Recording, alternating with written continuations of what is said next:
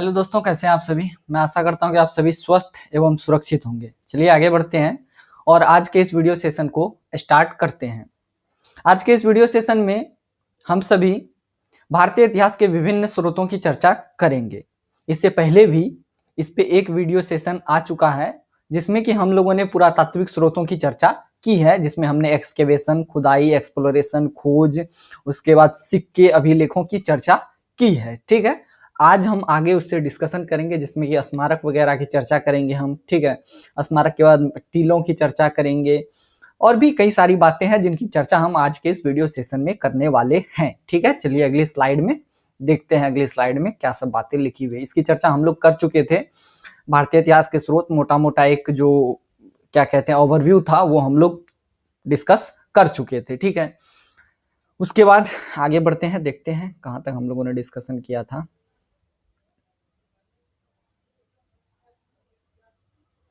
कहाँ गया भाई, ये सब तो हो चुका था आई थिंक, यहाँ तक। हाँ ठीक है, आज का हमारा डिस्कशन यहाँ से स्टार्ट होने वाला है। एक सेकंड रुक जाइए, मैं पेन टेबलेट को इंस्टॉल कर लेता हूँ, फिर उसके बाद हम लोग चर्चा करेंगे। ठीक है, पेन टेबलेट हो गया इंस्टॉल। चलिए मैं पेन भी ले लेता हूँ, पेन भी आ गया है मेरे पास। अब हम लोग अपने डिस्कशन को आगे बढ़ा सकते हैं। इसको मैं थोड़ा तिरछा कर लेता हूँ, फिर आगे बढ़ते हैं हम लोग। कहाँ गया वही पेन। तो हम लोग आज स्टार्ट करेंगे स्मारक। आज हम लोग स्मारक की चर्चा करेंगे। ठीक है, अब देखिए स्मारक जो है ना, ये पुरातात्विक स्रोत के अंदर आएगा और साहित्यिक स्रोत के अंदर भी आ सकता है। ठीक है, साहित्यिक स्रोत के अंदर भी स्मारक आ सकता है। अब क्यों आ सकता है, इसकी चर्चा हमने पिछले वीडियो सेशन में करी थी। चूंकि जो स्मारक होते हैं, दरअसल कुछ स्मारकों को खोद कर निकाला जाता है। ठीक है, अब खोद कर निकाला गया तो पुरातात्विक स्रोत हो गया, और कुछ स्मारक ऐसे हैं जो कि पहले से ही मतलब मौजूद हैं, और मौजूद हैं तो जाहिर सी बात है कि उस पर हो सकता है कि उनकी दीवारों पर, मतलब स्मारक की दीवारों पर कुछ लिखे गए होंगे, कुछ ऐतिहासिक चीजें उत्कीर्ण होंगी, तो वो हमारे लिए साहित्यिक स्रोत के रूप में काम करेंगे। ठीक है, तो ये चीजें हमें डिस्कस करनी है। देखिए, पुरालेख शास्त्र और मुद्रा शास्त्र के अलावा कई अन्य पुरातन अवशेष हैं जो हमारे अतीत का निर्माण करते हैं।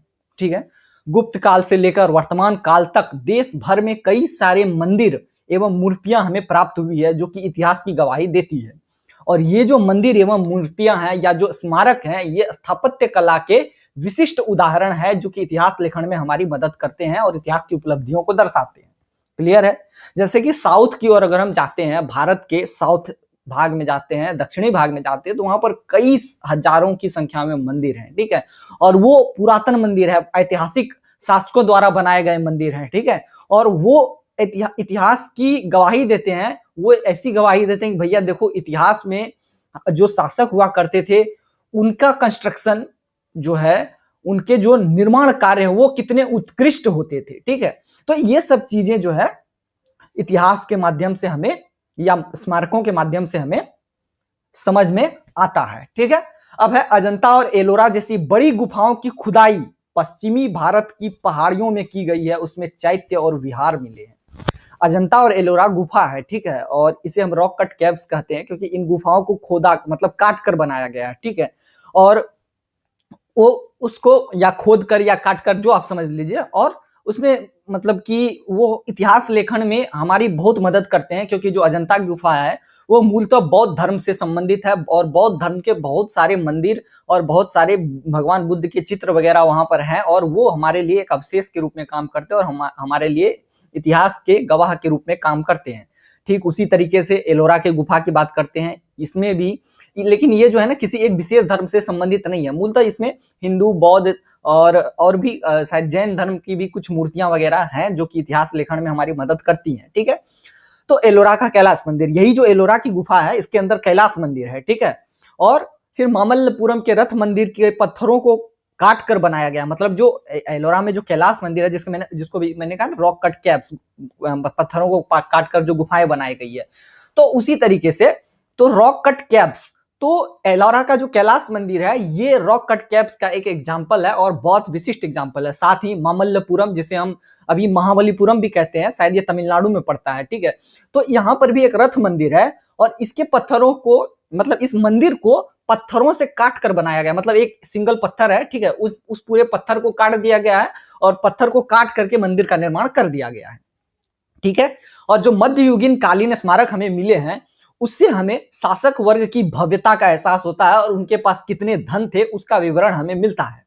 इसके अलावा ये स्मारक या मंदिर जो है वास्तुकला की क्षेत्रीय शैलियों को और विभिन्न क्षेत्रों वास्तुकला की विभिन्न शैलियों पर प्रकाश डालते हैं और विभिन्न क्षेत्रों पर भी एक विशेष प्रकाश डालते हैं। जैसे कि मंदिर से या स्मारक से हमें पता चलता है कि उस जगह का आर्थिक स्थिति कैसा रहा, क्योंकि उस समय में पुराने जमाने में मंदिर सिर्फ पूजा करने के लिए नहीं होते थे, अपितु लोग वहां जा करके मीटिंग वगैरह करते थे, ये धन दौलत के बारे में चर्चा करते थे या समाज के बारे में चर्चा करते थे कि कौन से धन किसको देने हैं, किस जगह खर्च करने या मंदिर का धन कहाँ खर्च करना। तो ये सारी जानकारी हमें स्मारक वगैरह से मिलती है, ठीक है। आई होप आप सभी इन बातों को समझ गए होंगे। क्लियर है? अगली स्लाइड पे चलते हैं, इसको इरेज करते हैं।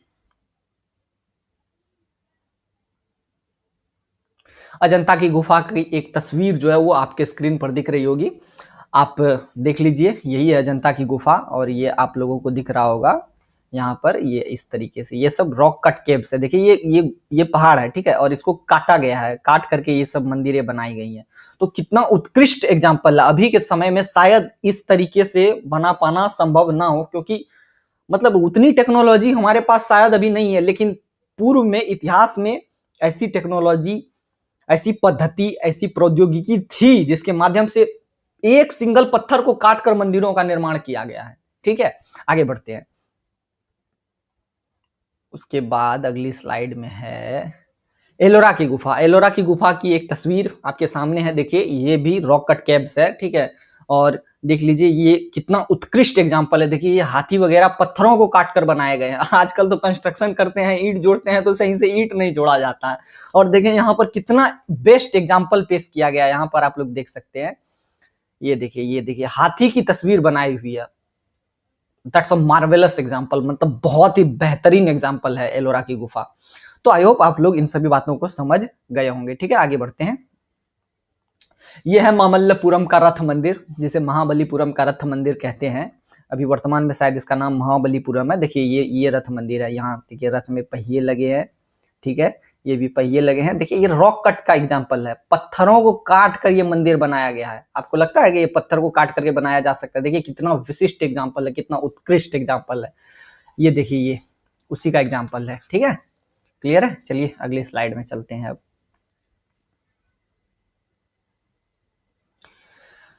अब देखिए पुरातात्विक खुदाई में हमें बुद्ध के समय से संबंधित कुछ शहरों, कुछ बस्तियों के बारे में जानकारी मिली है, जैसे कि तक्षशिला है, कौशाम्बी है, काशी है जिसे राजघाट भी कहा जाता है, या बनारस अभी लोग कहते हैं उसको, अयोध्या है, वैशाली है, बोध गया है। इन सभी बस्तियों को प्रकाश में अगर हम लाए हैं तो वो पुरातात्विक खुदाई एवं पुरातात्विक खोज के माध्यम से लाए हैं, ठीक है। कहा जाता है कि तक्षशिला को छोड़कर इन सभी स्थानों पर 6वीं शताब्दी समान युग पूर्व, बिफोर कॉमन इरा में बुद्ध ने अपनी यात्राएं की थी, ठीक है। ये जितनी जगहों के नाम मैंने लिए हैं, कौशाम्बी, काशी, अयोध्या, वैशाली, बोध गया, इन सभी जगहों पर बुद्ध ने 6वीं शताब्दी उस बिफोर कॉमन एरा मतलब समान युग पूर्व में इन्होंने यात्राएं की थी, बुद्ध ने, ठीक है।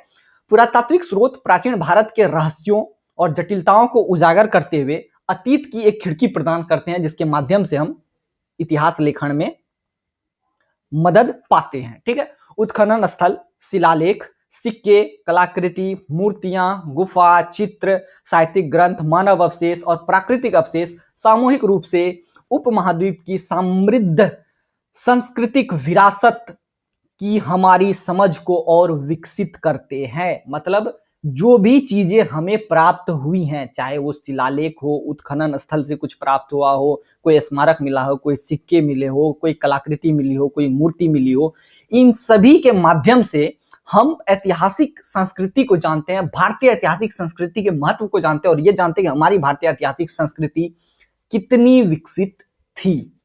हम वैज्ञानिक तरीकों को अपनाकर पुरातात्विक स्थलों को संरक्षित करने की कोशिश करते हैं, ठीक है। उसके बाद शोधकर्ता प्राचीन भारत की अनकही कहानियों की खोज जो है इन्हीं माध्यमों से जारी रखते हैं और ये सुनिश्चित करते हैं कि ये जो जानकारी हम जुटा रहे हैं ये भविष्य की पीढ़ी को सुलभ रूप से उपलब्ध रहे। आई होप आप सभी इन बातों को समझ गए होंगे। ठीक है, आगे बढ़ते हैं, अगली स्लाइड में चलते हैं। अब प्राचीन भारत की जानकारी के लिए अन्य उपयोगी पुरातात्विक स्रोत या अन्य उपयोगी स्रोत। तो अभिलेख एवं सिक्के की चर्चा हम कर चुके हैं, क्योंकि ये इतिहास के लेखन में एक सटीक जानकारी हमें प्रदान करते हैं। ठीक है, लेकिन अभिलेखों और सिक्कों के अलावा अन्य महत्वपूर्ण स्रोत भी हैं जिनकी मदद से हम भारतीय इतिहास की जानकारी उपलब्ध करते हैं या जानकारी प्राप्त करते हैं।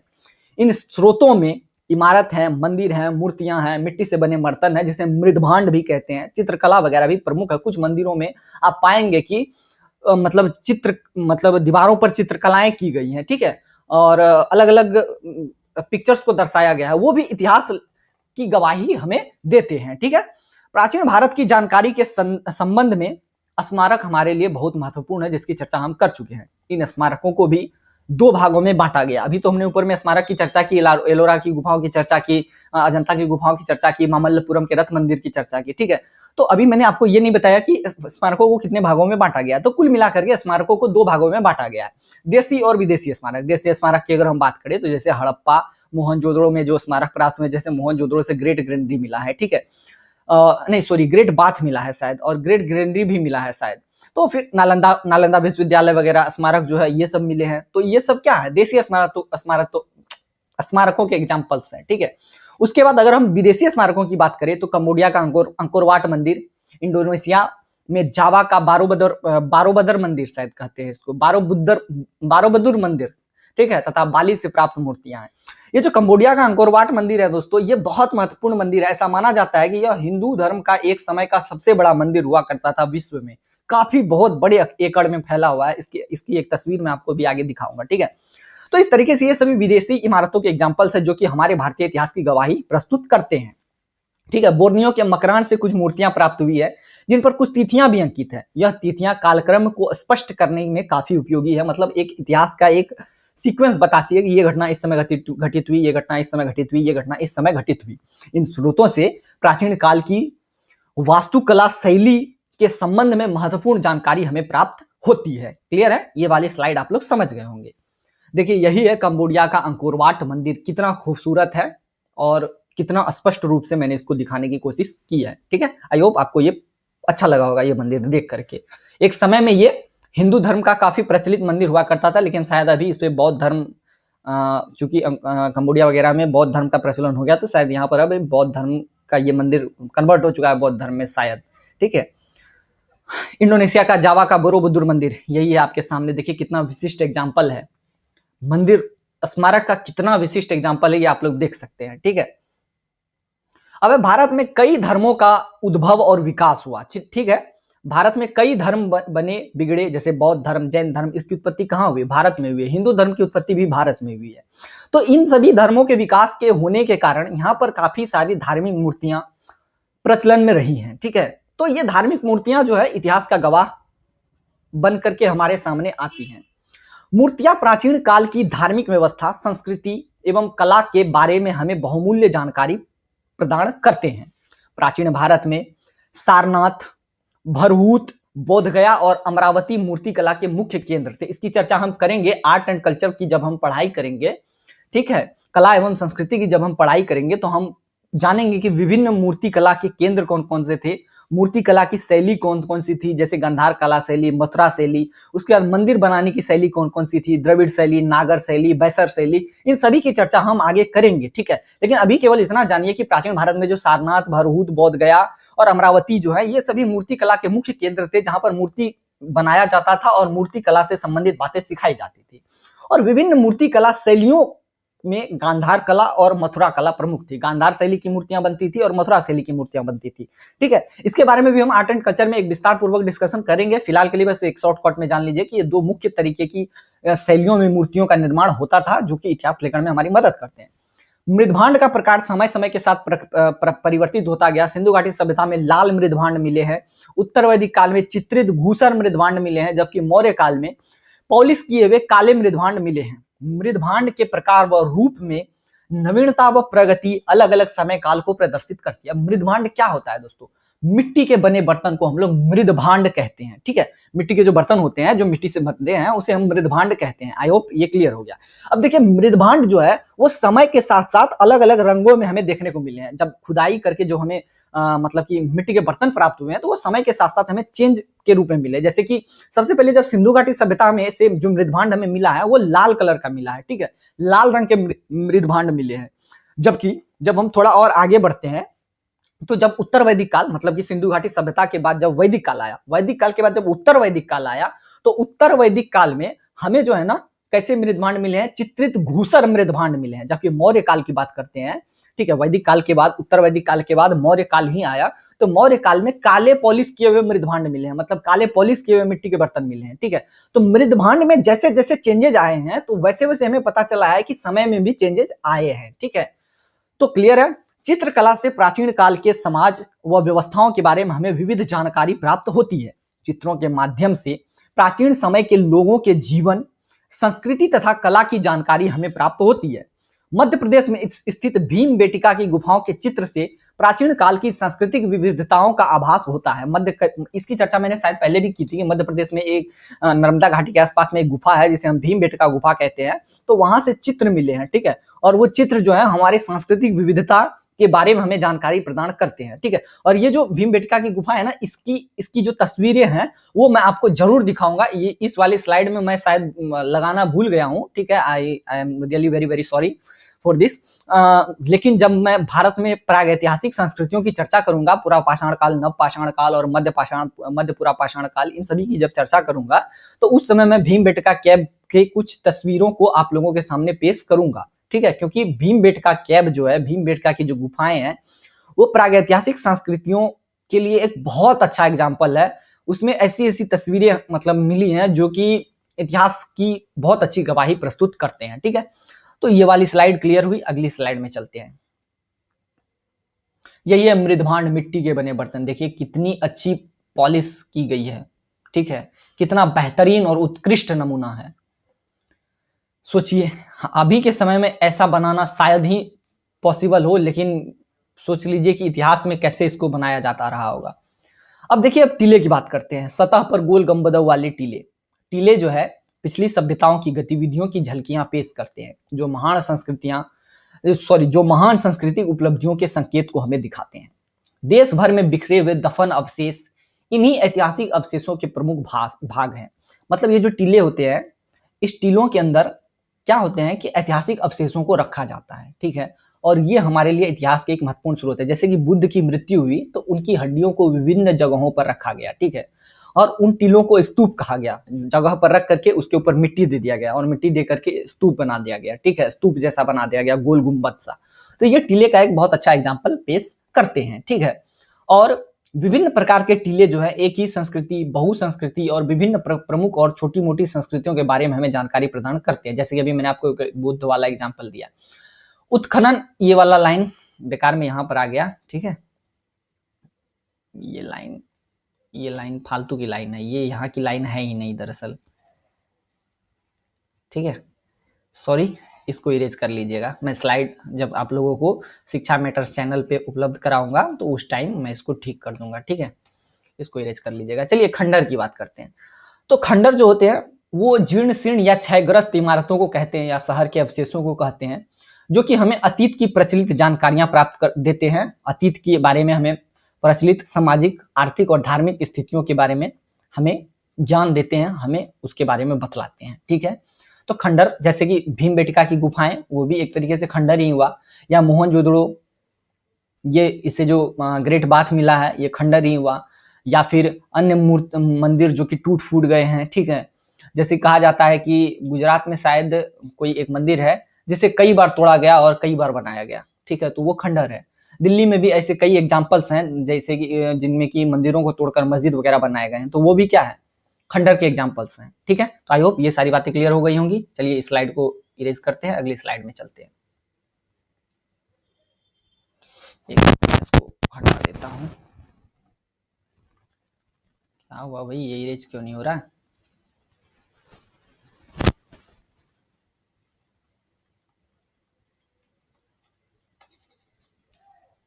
ये इरेज नहीं हो रहा है, वाई भाई वाई, क्यों इरेज नहीं हो रहा है, देखते हैं।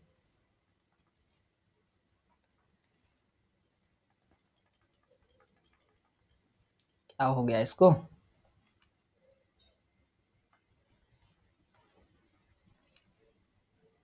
चलिए अगली स्लाइड में देखते हैं क्या होता है। चलिए अगली स्लाइड में कुछ नहीं है, चलिए अच्छी बात है। अब आते हैं साहित्यिक स्रोतों पे, इसकी चर्चा करते हैं हम लोग। कल हमने किसकी चर्चा की थी? तो भैया कल हम लोगों ने चर्चा करी थी पुरातात्विक स्रोतों की। अब साहित्यिक स्रोतों की चर्चा करते हैं। भारत के इतिहास के संदर्भ में सर्वाधिक स्रोत अगर उपलब्ध है तो वो साहित्यिक स्रोत है। प्राचीन काल में पुस्तक हाथों से लिखी जाती थी और हाथों से लिखी गई पुस्तकों को पांडुलिपि कहते थे, क्योंकि इन्हें ताड़पत्रों या भोजपत्रों में लिखा जाता था। अब ताड़पत्र क्या है या भोजपत्र क्या है, इसकी भी चर्चा मैं कर लेता हूँ। ताड़पत्रों पर जो चीजें लिखी जाती थी वो अधिकतर दक्षिण भारत में लिखी जाती थी, क्योंकि ताड़ के वृक्ष होते हैं जिसके पत्ते बहुत चौड़े होते हैं। ठीक है, इसकी इसकी पिक्चर लगाना मैं भूल गया हूँ। हो सकता है अगली वीडियो, चूंकि ये शायद इस वाले में भी मैं इसको क्लियर नहीं कर पाऊंगा, तो अगली वीडियो सीरीज में मैं इसके पिक्चर्स को लगा दूंगा। तो ताड़पत्र चौड़े होते हैं, तो चूंकि दक्षिण भारत में ताड़पत्रों की बहुलता थी तो ताड़पत्रों पर चीजों को लिखा गया। ठीक है, तो पांडुलिपि उसे कही गई। उसके बाद भोजपत्रों की बात करते हैं, तो भुर्ज वृक्ष की छालों से जो पत्ते जो पत्र बने वो भोजपत्र कहलाए, और ये हिमालय की तराई में या हिमालय के पहाड़ों में ये पेड़ पाए जाते हैं और ये उत्तर भारत में ज्यादा प्रचलन में थे। तो पांडुलिपि पर क्या होता था कि साहित्यिक स्रोतों का संरक्षण किया जाता था। पांडुलिपि पर दो तरीके से संरक्षण होता था। ताड़पत्रों पर, ताड़ के पत्तों पर लिख करके, भोज के पत्रों पर लिख करके क्या होता था, साहित्यिक स्रोतों को एक पीढ़ी से दूसरे पीढ़ी में ट्रांसफर किया जाता था। और जो साहित्यिक स्रोत है इसको मुख्यतया दो भागों में बांटा जा सकता है। एक तो धार्मिक साहित्य, दूसरा धर्मेत्तर साहित्य। ठीक है, साहित्यिक स्रोत की बात करते हैं, और कभी कभी इसको तीन भागों में भी बांटा जाता है। साहित्यिक स्रोत की अगर हम बात करते हैं तो एक धार्मिक साहित्य, दूसरा धर्मेत्तर साहित्य मतलब जो धर्म से हटके है, और तीसरा विदेशी साहित्य। लेकिन हम यहाँ पर डिस्कस करेंगे कि साहित्य को मुख्यतः दो भागों में, एक धार्मिक साहित्य और दूसरा धर्मेत्तर साहित्य, और विदेशी साहित्यों के बारे में या विदेशी यात्रियों के विवरण के बारे में अलग से चर्चा करेंगे। तो धार्मिक साहित्य की बात करते हैं। देखिए, भारत में प्राचीन काल में तीन मुख्य धर्मों का उदय हुआ, जिसकी चर्चा हम पहले भी कर चुके हैं। हिंदू धर्म, बौद्ध धर्म, जैन धर्म। ठीक है, इन धर्मों के विस्तार के साथ साथ इन धर्मों के विभिन्न दार्शनिकों का भी अभ्युदय हुआ, उदय हुआ, विभिन्न विद्वानों का उदय हुआ, विभिन्न धर्माचार्यों का उदय हुआ। तो इन्होंने बहुत सारी धार्मिक पुस्तकों की रचना की।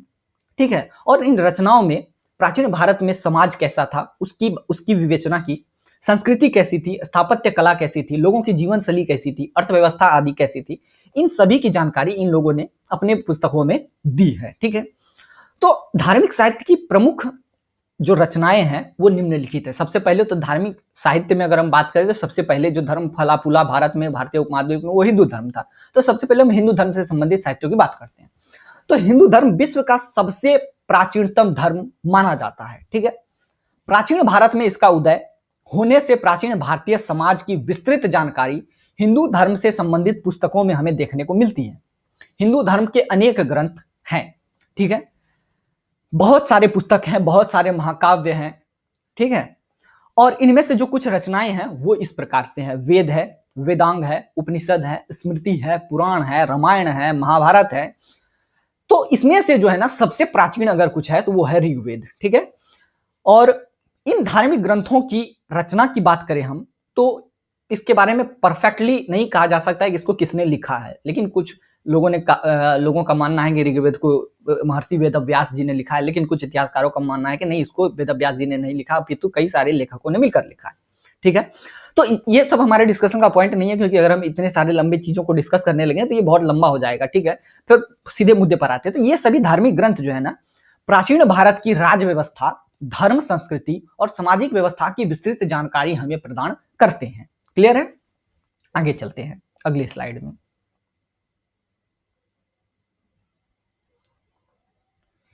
तो ये ताड़पत्र और एक भोजपत्र, इसका एक एग्जाम्पल, मतलब ताड़पत्र पर जो पांडुलिपियां लिखी गई है वो वाला ये है। ठीक है, और भोजपत्र पर जो पांडुलिपियां लिखी गई है वो वाला ये है। दोनों के एग्जाम्पल्स मैंने यहाँ पर दिए हुए हैं, तो ये आई होप कि आपको ये मदद करेंगे। इसके माध्यम से आप इसको देख करके थोड़ी बहुत बातों को याद रख पाएंगे। ठीक है, आगे बढ़ते हैं।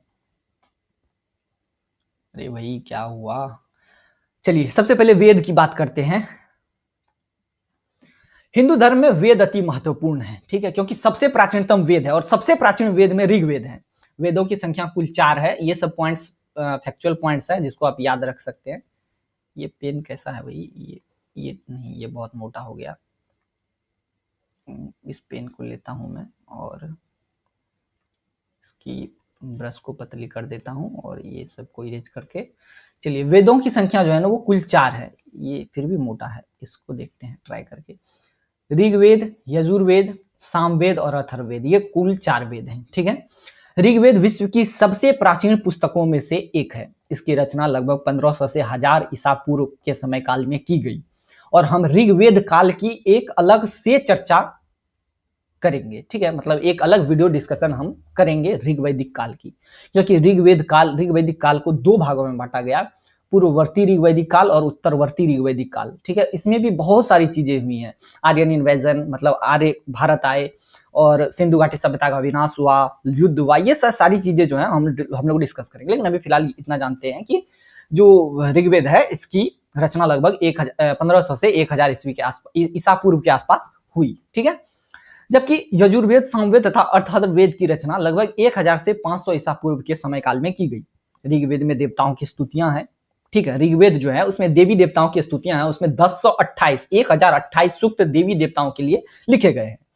ठीक है, जबकि यजुर्वेद का संबंध यज्ञ के नियमों से है तथा अन्य धार्मिक विधि विधानों से है। जबकि सामवेद का संबंध हम करें तो, मतलब सामवेद के संबंधों की बात करें तो इसमें यज्ञ के मंत्र लिखे गए हैं। ठीक है, जैसे कि यजुर्वेद में तो यज्ञ के नियम वगैरह लिखे गए हैं। ठीक है, और क्या कहते हैं, सामवेद में है ना गीतों को भी लिखा गया है, लयबद्ध किया गया है। ठीक है, और सामवेद में ही शायद गीतों को लयबद्ध किया गया है। हाँ ठीक है, और अथर्ववेद की बात करें तो अथर्ववेद में धर्म, औषधि, रोग निवारण इत्यादि के बारे में चर्चा की गई है। अब आगे बढ़ते हैं, ब्राह्मण के बारे में बात करते हैं। देखिए, ब्राह्मणों को वेदों के साथ ही संकलित किया गया और वेदों के साथ ही संलग्न भी किया गया है, और ब्राह्मण जो है वेदों के ही भाग है। प्रत्येक वेद के ब्राह्मण अलग अलग हैं। ये ब्राह्मण ग्रंथ गद्य शैली में है, चूंकि ये जो वेद हैं ये अधिकतर पद्य शैली में है, कविताओं के फॉर्म में है, तो इनको समझाने के लिए ब्राह्मण की रचना की गई। और इसकी जो शैली है वो गद्य की शैली है, मतलब जैसे ये लाइनें लिखी हुई है ना, ये गद्य की शैली है, तो इसी शैली में ब्राह्मण की रचना की गई। इनमें विभिन्न विधि विधानों की चर्चा है तथा विस्तृत कर्म कांडों का वर्णन है। ब्राह्मणों में वेदों का सार, जो भी मैंने बताया कि ब्राह्मणों में वेदों का सार सरल शब्दों में दिया गया है। इन ब्राह्मण ग्रंथों की रचना जो है विभिन्न ऋषियों मुनियों द्वारा की गई। ऐतरेय और शतपथ ब्राह्मण ग्रंथों के उदाहरण हैं, मतलब ऐतरेय और शतपथ जो है ये ब्राह्मण ग्रंथों के उदाहरण हैं। ठीक है, अब बात करते हैं आरण्यक की। आरण्यक शब्द जो है वो अरण्य से बना है। अरण्य का अर्थ होता है जंगल अथवा वन। अरण्य वे धार्मिक ग्रंथ होते हैं जो कि ऋषि मुनियों द्वारा वन में लिखे गए, जंगल में लिखे गए। ठीक है, आरण्यक ग्रंथों में अध्यात्म तथा दर्शन की चर्चा की गई है और इसकी विषय वस्तु काफी गूढ़ है, मतलब काफी डीप है। ठीक है, आरण्यक की रचना ग्रंथों के बाद हुई है और यह अलग अलग वेदों के साथ संलग्न है, परंतु अथर्ववेद को किसी भी अरण्यक से अब तक जोड़ा नहीं गया है। क्लियर है? आई होप आप लोग इन सभी बातों को समझ गए होंगे। चलिए अगली स्लाइड में चलते हैं। ओह भैया, हाँ, वेदांग। तो वेद जो अंग हैं उन्हीं को हम वेदांग कहते हैं। जैसा कि नाम से स्पष्ट है, वेदांग जो है वो वेदों के अंग हैं और वेदांग में वेदों के गूढ़ ज्ञान को सरल भाषा में लिखा गया है। वेदों की जो मुख्य समरी है, जो मेन पार्ट्स हैं, उसको लिखा गया है वेदांग के अंदर। शिक्षा, कल्प, व्याकरण, निरुक्त, छंद व ज्योतिष, ये कुल 6 वेदांग हैं। शिक्षा, कल्प, निरुक्त, छंद, व्याकरण व ज्योतिष, कुल 6 वेदांग हैं। अब उपनिषदों की बात करते हैं। उपनिषद जो है उसकी विषय वस्तु दार्शनिक है और यह ग्रंथों के अंतिम भाग है, इसलिए इन्हें वेदांत भी कहा जाता है, मतलब वेदों का अंत, धार्मिक ग्रंथों का अंत। ठीक है, उपनिषदों में प्रश्नोत्तरी के माध्यम से अध्यात्म व दर्शन की चर्चा की गई है। उपनिषद जो है वो श्रुति ग्रंथ है। ठीक है, और उपनिषदों में ईश्वर और आत्मा के स्वभाव और आत्मा और परमात्मा के मिलन की चर्चा की गई है और यह भारतीय दर्शन की प्राचीनतम पुस्तकों में से एक है। उपनिषदों की संख्या कुल 108 है और बृहदारण्यक, कठ, केन, ऐतरेय, ईसा, मुंडक तथा छांदोग्य कुछ प्रमुख उपनिषद हैं। ठीक है, और सत्यमेव जयते शायद मुंडकोपनिषद से ही लिया गया है। सत्यमेव जयते जो स्लोगन है वो शायद मुंडकोपनिषद से ही लिया गया है। अब बात करते हैं सूत्र साहित्य के बारे में।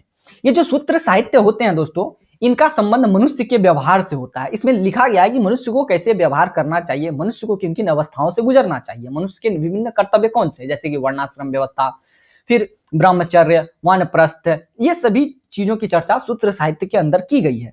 स्रोत सूत्र, गृह सूत्र और धर्म सूत्र, ये मूलतः 3 सूत्र हैं। ठीक है, अब स्मृतियों की बात करते हैं। तो स्मृतियों में मानव जीवन के संपूर्ण कार्यों की एक विस्तृत विवेचना की गई है और इन्हें धर्मशास्त्र भी कहते हैं। ये वेदों की अपेक्षा कम जटिल हैं। ठीक है, इनमें कहानियों व उपदेशों का संकलन हमें देखने को मिलता है और इनकी रचना वेदों के बाद हुई है। मनुस्मृति व ज्ञानवल्क्य स्मृति सबसे प्राचीन मानी जाती है। ठीक है, जबकि ज्ञानवल्क्य स्मृति पर मनुस्मृति पर मेघतिथि, गोविंदराज व कुल्लकु भट्ट ने टिप्पणी भी की है। ठीक है, जबकि ज्ञानवल्क्य स्मृति पर विश्व स्वरूप, उसके बाद ज्ञानेश्वर, उसके बाद अपरार्क ने भी टिप्पणी की है। ठीक है, ब्रिटिश शासनकाल में बंगाल के गवर्नर जनरल वारेन हास्टिंग ने मनुस्मृति का अंग्रेजी में अनुवाद करवाया था। अंग्रेजी में इसका नाम था द जेट कांड। ठीक है, आरंभ में स्मृतियों का केवल मौखिक रूप अग्रसारित किया जाता था, बाद में इसको लिखा गया। स्मृति का मतलब क्या होता है? स्मरण करने की शक्ति। तो मतलब पहले इसको स्मृति के माध्यम से एक पीढ़ी से दूसरी पीढ़ी में भेजा गया, जब लेखन का आविष्कार हुआ तो इसको लिखा गया। ठीक है, उपनिषद क्या है? श्रुति साहित्य, मतलब ये भी वही सुन करके, ठीक है, सुन करके एक से दूसरे में ट्रांसफर हुआ। लेकिन वेद जो है ना, शायद इनको दृश्य साहित्य के अंतर्गत रखा गया है। कहा गया है कि वेदों को भगवान ने ऋषि मुनियों को सीधा ट्रांसफर किया था। आई होप आप लोग इन सभी बातों को समझ गए होंगे। चलिए अगली स्लाइड पे। अब एक बहुत महान काव्य की विवेचना हम लोग करते हैं, जिसे हम रामायण के नाम से जानते हैं। आप लोगों ने टीवी पर रामायण देखा होगा। ठीक है, तो रामायण भी जो है ना, हमारे इतिहास का महत्वपूर्ण स्रोत है। रामायण की रचना मूलतः महर्षि वाल्मीकि ने की है। ठीक है, लेकिन इसमें भी कंफ्यूजन है। कुछ इतिहासकारों का कहना है कि रामायण के सभी खंडों की रचना वाल्मीकि ने नहीं की है। ठीक है, लेकिन फिलहाल यह मानकर हम चल सकते हैं कि रामायण की रचना महर्षि वाल्मीकि ने की है। रचना के समय रामायण में कुल 6000 श्लोक थे, परंतु समय के साथ साथ इसमें बढ़ोतरी की गई। श्लोक की संख्या 6000 से बढ़कर पहले 12000 हुई, फिर इसके बाद 24000 तक ये पहुंच गई। 24000 श्लोक होने के कारण रामायण को चतुर्विंशति सहस्री संहिता भी कहते हैं। ठीक है, चतुर्विंशति सहर्षि संहिता भी कहते हैं। रामायण को कुल 7 खंडों में विभाजित किया गया है। बाल कांड, अयोध्या कांड, अरण्य कांड, उसके बाद किष्किंधा कांड, सुंदर कांड, युद्ध कांड तथा उत्तर कांड। इन 7 खंडों में रामायण को विभाजित किया गया है। और रामायण में जो है ना, महाभारत के कुछ अंशों की चर्चा भी हुई है और साथ में महाभारत में भी रामायण के कुछ अंशों की चर्चा हुई है। और इसके माध्यम से यह स्पष्ट हो जाता है कि रामायण और महाभारत कहीं ना कहीं एक दूसरे से कनेक्टेड थे। ठीक है, हालांकि मैंने इसको इस स्लाइड में ऐड नहीं किया है, क्योंकि उसको अगर मैं ऐड करूंगा तो फिर वो लंबा चौड़ा हो जाएगा। बस इतना जान लीजिए कि थोड़े बहुत डेट्स वगैरह और जगहों की चर्चा की गई है, जो कि रामायण और महाभारत को शायद जोड़ने का काम करते हैं।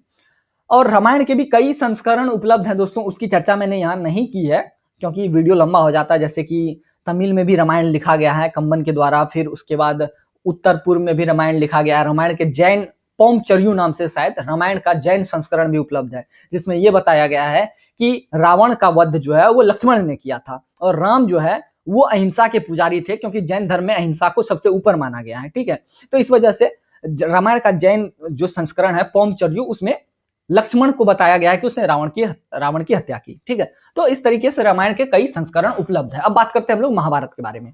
महाभारत विश्व का सबसे बड़ा महाकाव्य है। इसकी रचना भी महर्षि वेदव्यास ने की, लेकिन इसको भी लेकर के कंफ्यूजन है। कुछ लोग कहते हैं कि भैया महर्षि वेदव्यास ने संपूर्ण रचना नहीं की, लेकिन कुछ लोग कहते हैं कि उन्होंने ही संपूर्ण रचना की। तो यह एक काव्य ग्रंथ है दोस्तों, ठीक है।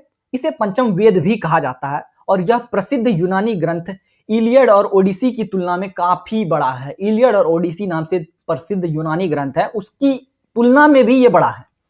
रचना के समय इसमें 8800 श्लोक थे और इसी कारण इसे जय संहिता कहा जाता था। लेकिन बाद में श्लोकों की संख्या बढ़ी और इसकी संख्या 24,000 के आसपास हो गई, जिस कारण इसे भारत कहा गया। फिर गुप्त काल में श्लोकों की संख्या 1 लाख के आसपास हो गई, जिसकी वजह से इसे महाभारत कहा गया। महाभारत को कुल 18 भागों में बांटा गया है। आदि सभा, वन, विराट, उद्योग, भीष्म, द्रोण, कर्ण, शल्य, सौप्तिक, स्त्री, शांति, अनुशासन, अश्वमेध, आश्रमवासी, मौसल, महाप्रस्थानिक तथा स्वर्गारोहण।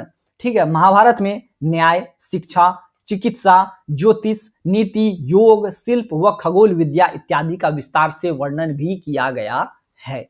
ठीक है, क्लियर है? आप लोग इस स्लाइड को समझ गए होंगे। अब पुराणों की बात करते हैं। तो पुराण भी एक तरीके से मान के चलिए कि धार्मिक पुस्तक है, ठीक है, लेकिन इसको धर्मेतर साहित्य में रखा जाता है कभी कभी। तो पुराण में सृष्टि के संबंध में बातें लिखी गई है और इसमें सृष्टि का वर्णन है, प्राचीन ऋषियों का वर्णन है, प्राचीन में जो ऋषि मुनि हुआ करते हैं उनका वर्णन है, राजाओं का वर्णन है, राजा की वंशावली दी गई है। ठीक है। फिर उसके बाद इसमें सूर्य, सौर मंडल वगैरह, ब्रह्मांड वगैरह की जानकारी भी दी गई है। पुराणों की कुल संख्या 18 है। प्राचीन आख्यानों का वर्णन होने से या होने के कारण इसे हम पुराण कहते हैं, मतलब पुरानी बातें। ठीक है। तो प्राचीन आख्यान का वर्णन है, that's why this is known as Purana. ठीक है। इनकी रचना संभवतः ईसा से लेकर के 5वीं शताब्दी पूर्व तक की गई थी। विष्णु पुराण, मत्स्य पुराण, वायु पुराण, ब्रह्मांड पुराण, भागवत पुराण काफी महत्वपूर्ण पुराण हैं। इन पुराणों में विभिन्न राजा की वंशावलियों का वर्णन है, इसलिए यह पुराण ऐतिहासिक दृष्टि से अति महत्वपूर्ण है। मैंने अभी बताया ना कि बहुत सारी राजाओं की वंशावली जो है पुराणों में लिखित है। पुराणों में विभिन्न देवी देवताओं का भी वर्णन है। ठीक है। जैसे कि शायद पिछले वीडियो सेशन में मैंने आप लोगों को बताया था, बोगाज कोई से इंद्र, वरुण, इन सभी देवी देवताओं का उल्लेख मिला है जिनका संबंध इसी पुराण से है। ठीक है। तो पुराणों में विभिन्न देवी देवताओं को केंद्र मानकर पाप, पुण्य, धर्म, कर्म इत्यादि का वर्णन भी किया गया है। ठीक है। मत्स्य पुराण में सातवाहन वंश का वर्णन है। सातवाहन वंश की वंशावली मत्स्य पुराण में दी गई है, जबकि वायु पुराण में गुप्त वंश का वर्णन है दोस्तों। ठीक है। और मार्कंडेय पुराण में देवी दुर्गा का वर्णन है। ठीक है। और जब भी दुर्गा सप्तशती हम लोग पढ़ते हैं तो उसमें जब भी कोई श्लोक खत्म होता है तो उसमें कहा जाता है ओम इति श्री मार्कंडेय पुराणे सार्वणिके मनमंत्रे नमो नमो, या इति अर्धश्लोका एवं एवमादितो ऐसे बोला जाता है। या कोई भी बात अगर की जाती है तो उसमें यही कहा जाता है दुर्गा सप्तशती में, मार्कंडेय जी ने कहा, ऋषि मार्कंडेय जी ने कहा या ऋषि मार्कंडेय जी ने सुना। इसी तरीके से मार्कंडेय पुराण में देवी दुर्गा का वर्णन है और इसमें दुर्गा सप्तशती का भी उल्लेख है। तो मैंने बताया ना कि देवी दुर्गा का वर्णन है, तो दुर्गा सप्तशती इसी से निकला है। और जो लोग दुर्गा देवी का पाठ करते हैं या नवरात्रि करते हैं, शारदीय नवरात्र करते हैं या चैत्र नवरात्र करते हैं, उनको पता होगा दुर्गा सप्तशती में मार्कंडेय की चर्चा की गई है और मार्कंडेय पुराण कैसे दोनों मतलब एक दूसरे से इंटरलिंक्ड है। अब 18 पुराण के नामों की बात करते हैं। तो सबसे पहला है ब्रह्मा पुराण, दूसरा मार्कंडेय पुराण, स्कंद पुराण, पद्म पुराण, अग्नि पुराण, वामन पुराण, विष्णु पुराण, भविष्य पुराण, कर्म पुराण, शिव पुराण, ब्रह्मावर्त पुराण, मत्स्य पुराण, भगवत पुराण। उसके बाद लिंग पुराण, गरुड़ पुराण, नारद पुराण, वराह पुराण और ब्रह्मांड पुराण। विष्णु, वायु, मत्स्य और भागवत पुराणों में राजाओं की वंशावलियां शामिल हैं। इन संक्षिप्त वंशावलियों से प्राचीन भारत के विभिन्न शासकों की जानकारी हमें प्राप्त होती है और उनके कार्यकाल की जानकारी भी हमें प्राप्त होती है। आशा करता हूं कि आप इन सभी बातों को समझ गए होंगे। अगली स्लाइड में है बौद्ध धर्म से संबंधित साहित्य। हिंदू धर्म से संबंधित साहित्यों की चर्चा तो हम लोगों ने कर ली। अब बौद्ध धर्म से संबंधित साहित्यों की बात करते हैं। तो बौद्ध धर्म के प्रचार के साथ साथ इसके साहित्य में भी वृद्धि हुई। बौद्ध साहित्य के मुख्य अंग जातक और पिटक है। ठीक है। और ये पिटक जो है, ये 3 पिटक मतलब होता है डलिया। ठीक है। और पिटक में 3 पाठों का संग्रह है जिसको हम बोलते हैं त्रिपिटक। जातक में महात्मा बुद्ध के पूर्व जन्मों की कहानी हमें देखने को मिलती है। ठीक है। और यह कथाएं हैं, जातक कथाएं, ठीक है, जातक कथाएं बोला जाता है। इसमें प्राचीन भारतीय समाज की झलकियां भी हमें देखने को मिलती है। जबकि जो पिटक है ये 3 ग्रंथों का समूह है जिसे हम त्रिपिटक कहते हैं। त्रिपिटक सबसे पुराना बौद्ध साहित्य का ग्रंथ है जिसकी रचना पाली भाषा में की गई है, ठीक है। त्रिपिटक के जो 3 मुख्य ग्रंथ है, सुत्त पिटक, विनय पिटक, अभिधम्म पिटक, ठीक है। सुत्त पिटक के 5 निकाय हैं, दिग्घ निकाय, मध्यम निकाय, संयुक्त निकाय, अंगुत्तर निकाय तथा खुद्दक निकाय। जो सुत्त पिटक है उसमें शायद बुद्ध के उपदेशों की चर्चा की गई है। विनय पिटक में बौद्ध संघ के नियमों की चर्चा की गई है और इसके भी 4 भाग हैं, सुत्त विभंगु, खंडक, उसके बाद है पातिमोक्ष तथा परिवार पाठ। जो अभिधम्म पिटक है इसकी विषय वस्तु दार्शनिक है, इसमें महात्मा बुद्ध की दार्शनिक शिक्षा का वर्णन है, ठीक है। और अभिधम्म पिटक से जुड़े हुए 7 कथानक ग्रंथ हैं, ठीक है। आई होप ये सभी बातें आप लोगों को क्लियर हो गई होंगी, ठीक है। आगे बढ़ते हैं अगली स्लाइड में। अब है जैन धर्म से संबंधित साहित्य। देखिए यहाँ पर मैंने छोटी छोटी बातों की चर्चा की है क्योंकि बौद्ध धर्म और जैन धर्म के बारे में हम आगे विस्तार पूर्वक चर्चा करेंगे, उसका एक विशेष डिस्कशन हम लोग करेंगे, एक वीडियो सेशन ही कंप्लीट रहेगा बौद्ध धर्म और जैन धर्म के लिए। इसलिए हम यहाँ पर छोटा छोटा डिस्कशन कर रहे हैं क्योंकि हमें सिर्फ इतिहास के स्रोतों का पता लगाना है कि हमें कैसे कैसे इतिहास के स्रोत मिले हैं जिनके माध्यम से हम भारतीय इतिहास को लिखने की कोशिश करते हैं और भारतीय इतिहास को समझने की कोशिश करते हैं। तो जैन धर्म की अगर हम बात करते हैं तो प्राचीन जैन ग्रंथों को पूर्व कहा जाता है या सिद्धांत कहा जाता है या आगम कहा जाता है, ठीक है। और इसमें महावीर के द्वारा प्रतिपादित किए गए सिद्धांतों का वर्णन है और यह प्राकृत भाषा में लिखे गए हैं। जैन धर्म साहित्य में आगम काफी महत्वपूर्ण, मैंने बताया ना कि जैन धर्म की पुस्तकों को आगम कहा जाता है या सिद्धांत कहा जाता है या पूर्व कहा जाता है। तो जैन धर्म में जो आगम है यह काफी महत्वपूर्ण है। इसमें 12 अंग है और 12 उपांग है, 10 प्रकीर्ण है एवं 6 छेद सूत्र है, ठीक है। इनकी रचना जैन धर्म के श्वेतांबर संप्रदाय के आचार्यों द्वारा की गई थी। इनकी रचना प्राकृत, संस्कृत तथा अपभ्रंश भाषा में की गई थी। स्टार्टिंग में प्राकृत भाषा में रचनाएं की गई लेकिन बाद में जब संस्कृत का प्रचलन बढ़ने लगा, क्योंकि हिंदू धर्म जो है वो किसी भी सूरत में जैन और बुद्ध धर्मों को बहुत आगे बढ़ते हुए नहीं देखना चाहते थे, तो उनको फाइट करने के लिए उन्होंने संस्कृत भाषा को बढ़ाया। तो धीरे धीरे जैन धर्म ने भी क्या किया, संस्कृत भाषा को अपना लिया। तो बाद के ग्रंथों में संस्कृत जो है ना, संस्कृत को अपना लिया गया जैन धर्म के द्वारा और संस्कृत में ग्रंथों की रचना की गई। जैन धर्म के ग्रंथों का संकलन 6वीं शताब्दी में गुजरात के वल्लभी नगर में किया गया। अन्य मुख्य जैन ग्रंथ आचारांग सूत्र, भगवती सूत्र, परिशिष्ट पर्वणा व भाद्रबाहु चरित हैं। आई होप आप सभी इन सभी बातों को क्लियरली समझ गए होंगे, ठीक है। अगली स्लाइड में चलिए देखते हैं क्या है। अब है गैर धार्मिक साहित्य। थोड़ा सा ब्रेक दीजिए मुझे दोस्तों, 1 मिनट का बस। सॉरी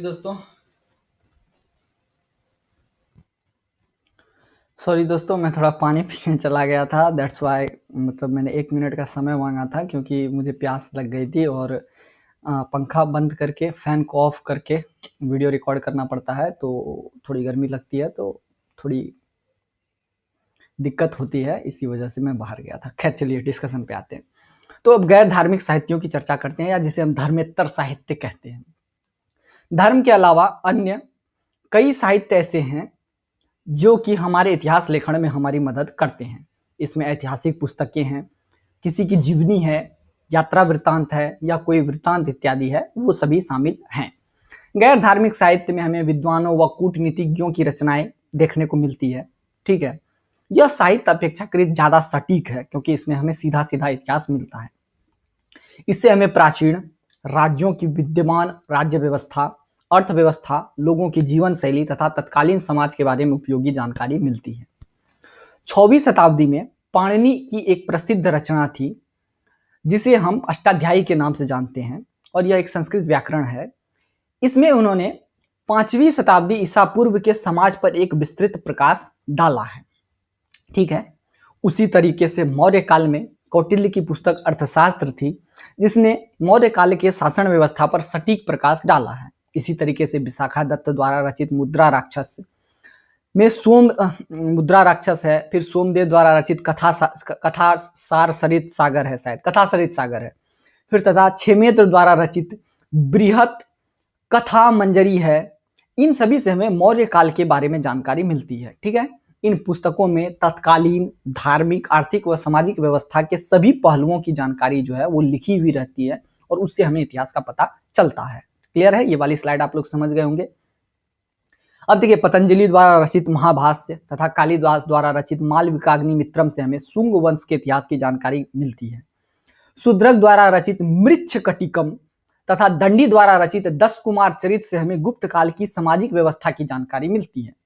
बाणभट्ट द्वारा लिखित हर्षवर्धन की जीवनी हर्षचरित में सम्राट हर्षवर्धन के गुणगान किए गए हैं, ठीक है। जबकि वाकपति द्वारा रचित गौड़वाहों में कन्नौज के शासक यशोवर्मन और विल्हन के विक्रमादेव चरित में कल्याणी के चालुक्य शासक विक्रमादित्य षष्ठ के उपलब्धियों का गुणगान हमें देखने को मिलता है, ठीक है। संध्याकर नंदनी की रामचरितमानस में पाल राजा रामपाल की उपलब्धियों का वर्णन है। ये संध्याकर नंदनी की रामचरितमानस तुलसीदास वाला नहीं है, ठीक है, ये अलग है। और हेमचंद्र द्वारा रचित द्वयाश्रय काव्य में गुजरात के शासक कुमार पाल के वंश की जानकारी हमें मिलती है, कुमार पाल के उपलब्धियों का वर्णन हमें मिलता है, ठीक है, क्लियर है। पद्मगुप्त की नव सहसांक चरित में परमार वंश तथा जयानक की पृथ्वीराज विजय में पृथ्वीराज चौहान की विजय गाथा का वर्णन है। कलहन द्वारा लिखित राजतरंगिणी भारतीय इतिहास की कालक्रम के लिए एक अति महत्वपूर्ण पुस्तक है। इसमें विभिन्न राज्यों की वंशावलियों का विस्तृत वर्णन किया गया है और यह पुस्तक 12वीं शताब्दी में कलहन द्वारा लिखी गई थी। इसमें कुल 8 अध्याय हैं। दक्षिण भारत के इतिहास के संबंध में संगम साहित्य से जानकारी प्राप्त होती है। संगम साहित्य पर भी हम एक विशेष डिटेल डिस्कशन करेंगे, उसके लिए भी एक विशेष लेक्चर आएगा। फिलहाल के लिए इतना जान लीजिए, संगम साहित्य जो दक्षिण भारत का एक अमूल्य हिस्सा है, दक्षिण भारतीय इतिहास का एक अमूल्य हिस्सा है, उससे भी हमें इतिहास की जानकारी मिलती है। जो संगम साहित्य अधिकतम तमिल और संस्कृत में है, ठीक है। संगम साहित्य में चोल, चेर और पांड्य शासकों के बारे में हमें विशेष रूप से जानकारी मिलती है और उनके समाज काल की जानकारी मिलती है। उनकी सामाजिक व्यवस्था कैसी थी, राजनीतिक व्यवस्था कैसी थी, आर्थिक व्यवस्था कैसी थी, ठीक है। उसके बाद के इतिहास की जानकारी हमें नंदिकल्पक्कम या ये लिखा हुआ नंदिकल्पकलम्बक्कम या कलिंगतुपर्णी, चोल चरित इत्यादि से भी हमें प्राप्त होती है, ठीक है, क्लियर है। आगे बढ़ते हैं। यहां तक तो पढ़ा दिए थे भाई। अब विदेशी स्रोत, मैंने बताया साहित्यिक स्रोत में 3, कभी कभी धार्मिक साहित्य, धर्मेत्तर साहित्य और विदेशी स्रोत, कभी कभी 2 धार्मिक और धर्मेत्तर साहित्य और इनका अलग से विवरण होता है विदेशी स्रोत। तो इसी तरीके से विदेशी स्रोत का हम अलग से चर्चा कर लेते हैं। तो विदेशी साहित्य से भी हमें भारतीय इतिहास का ज्ञान प्राप्त होता है, भारतीय प्राचीन इतिहास के बारे में जानकारी मिलती है। यह विदेशी लेखक किसी न किसी समय भारत आए थे, किसी न किसी राजा के समय भारत आए या किसी धर्म की जानकारी को इकट्ठा करने के लिए भारत आए, और जब ये भारत से वापस गए तो इन्होंने अपनी पुस्तकों में भारत के बारे में जो बखान किया है उसके माध्यम से हम थोड़ा बहुत इतिहास जानते हैं, थोड़े बहुत इतिहास की जानकारी प्राप्त कर लेते हैं।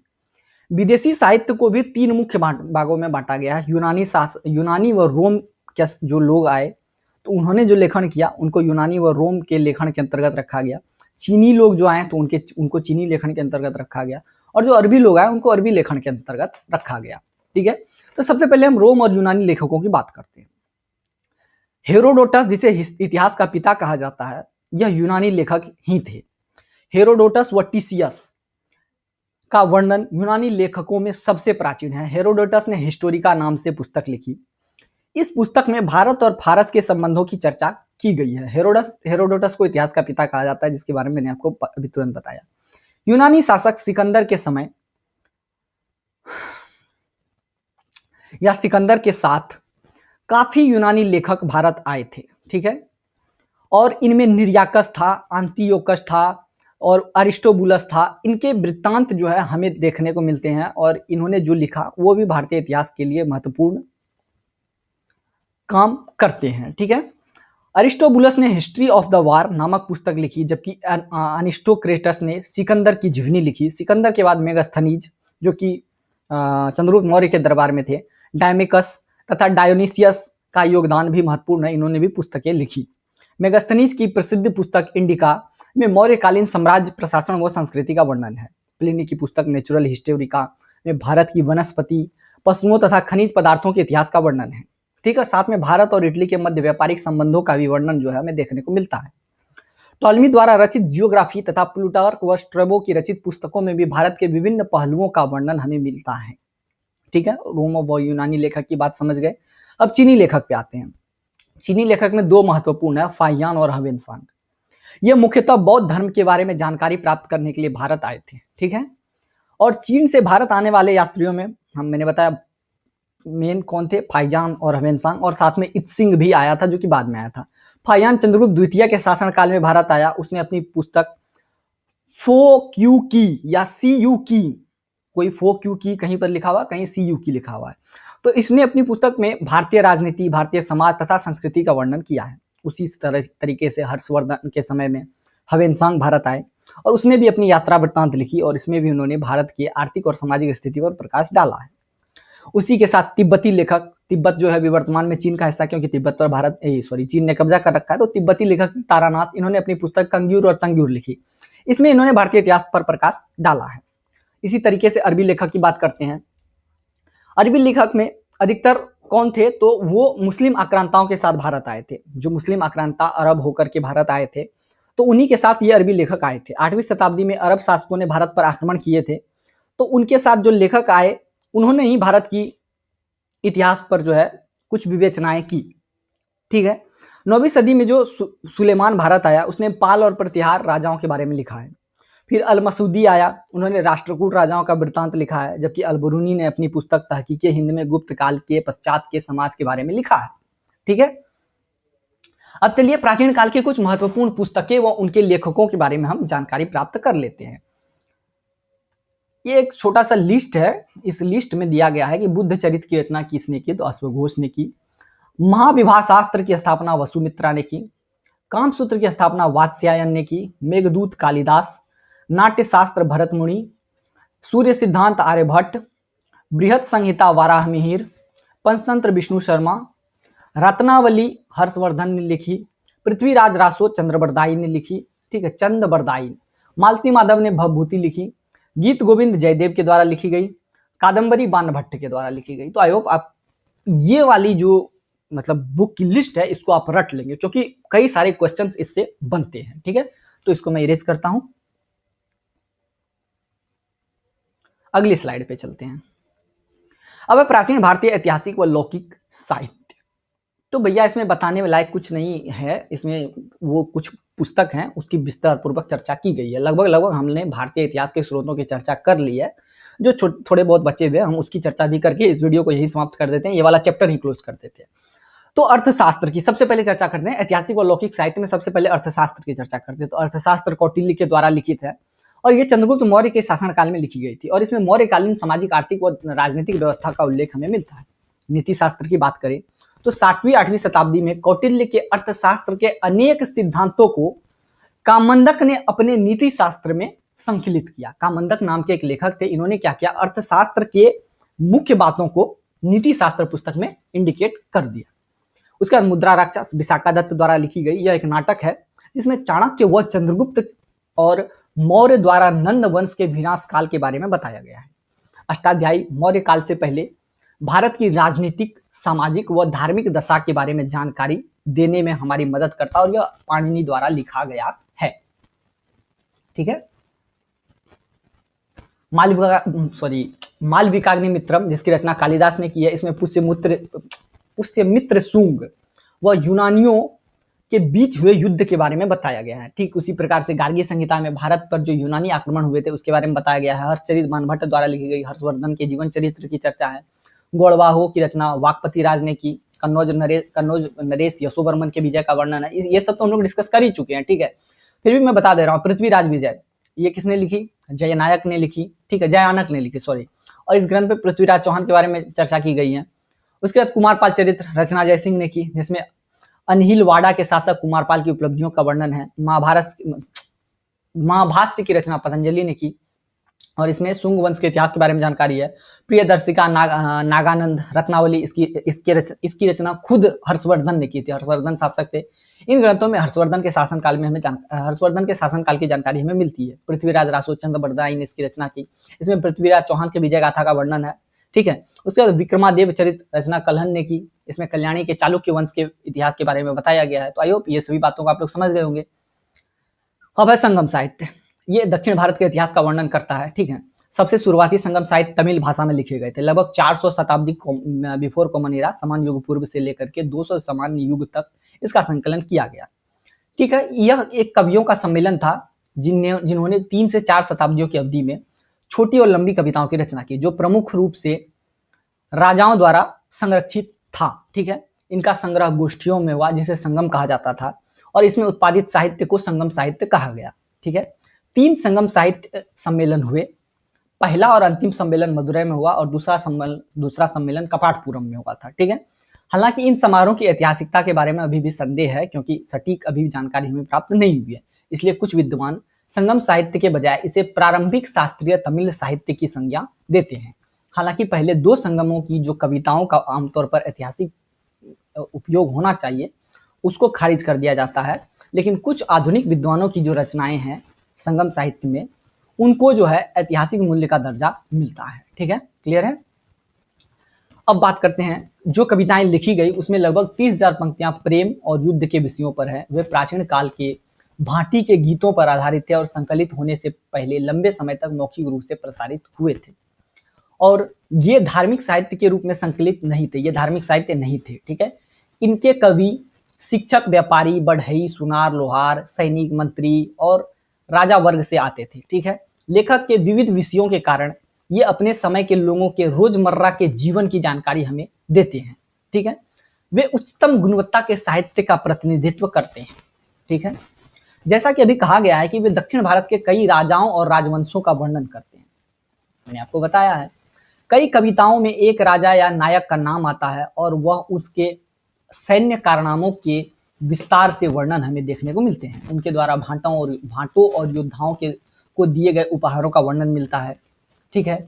ऐसा भी हो सकता है कि शाही दरबार में इन कविताओं को बनाया गया होगा, इसलिए यह संभव है कि राजाओं के नाम वास्तविक ऐतिहासिक आंकड़ों का उल्लेख करते हैं। राजाओं के जो नाम है ऐतिहासिक आंकड़ों का उल्लेख करते हैं। चोल राजाओं का उल्लेख दाता के रूप में किया गया है इन संगम साहित्य में।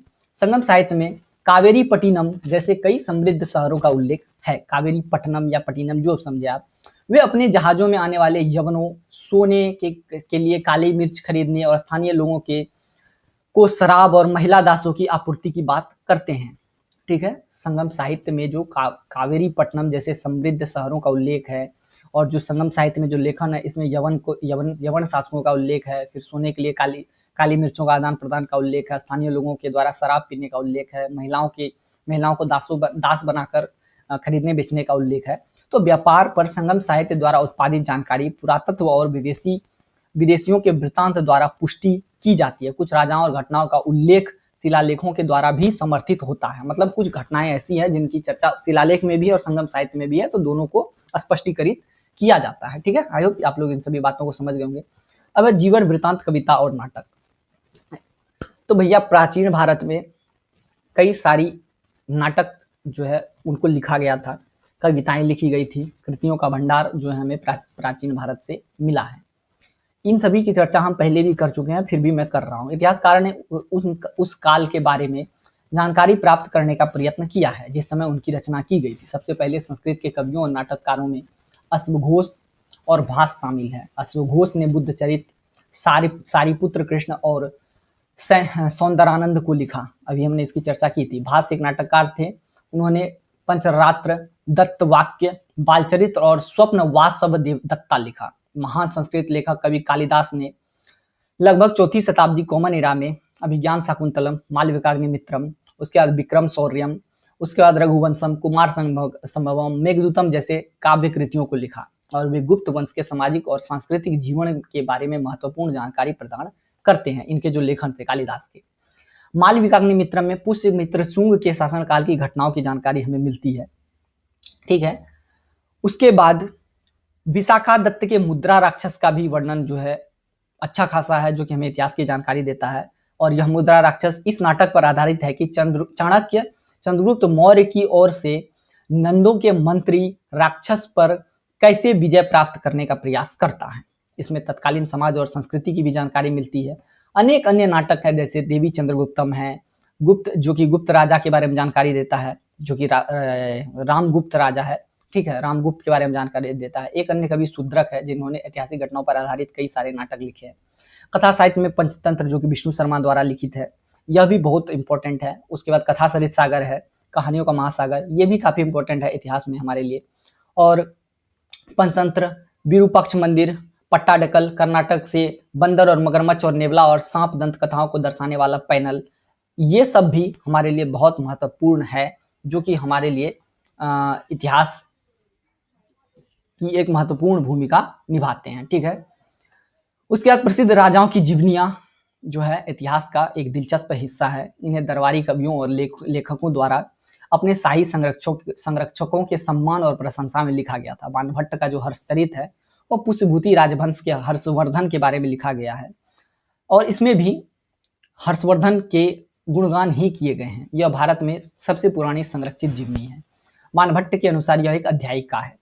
यह इतिहास परंपरा से संबंधित ग्रंथों की शैली है। यह राजा के बारे में बहुत कुछ बताता है, लेकिन साथ ही सिंहासन के लिए संघर्षरत होने का संकेत भी देता है कि कैसे हर्ष जो है सिंहासन के लिए संघर्षरत था, या हर्ष को कभी क्या कहते हैं, गद्दी की इच्छा ही नहीं थी।